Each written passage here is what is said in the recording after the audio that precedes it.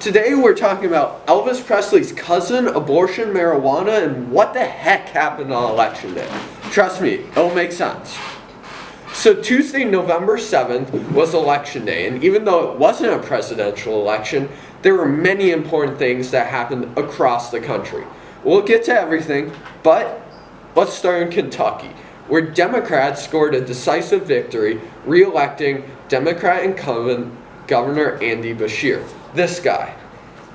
It's also interesting to note that former President Trump won Kentucky in 2020 by over 500,000 votes.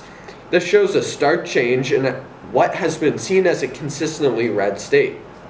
Then in Ohio, 56.6% of voters cast their ballots enshrining abortion rights in the state constitution. This shows a general trend of abortion being fuel for turnout.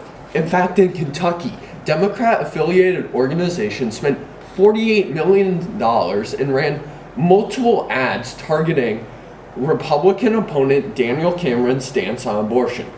Abortion has been a key issue since the overturning of Roe v. Wade, which put the decision back to the states. Back to Ohio, Issue 2, an initiative to legalize marijuana for those 21 and older, passed with about the same amount of votes as the abortion referendum. Ohio now becomes the 24th state to legalize the drug in some capacity. This is all part of a larger societal push to legalize marijuana in some form. In fact, Pew Research did a study that found 88% of Americans want to legalize marijuana in some form, whether it be recreational or medicinal. Moving on to Mississippi, where a cousin of Elvis Presley, yes, the singer, Democrat Brandon Presley, was defeated by Republican incumbent Tate Reeves. Mississippi is a state that has historically been resoundingly red, and the race was won by 30,000 votes out of the nearly 800,000 cast. Moving on to Virginia, where Democrats took back control of the House of Delegates and maintained control of the state Senate. This is a win for those who want, among other things, gun reform and abortion protections. These were the key elections. However, there were many local elections throughout the country, and there were a lot of big milestones.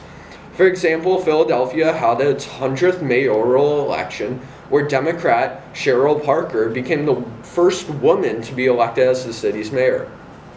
Lastly, get ready, because we're officially less than a year out from the 2024 presidential election.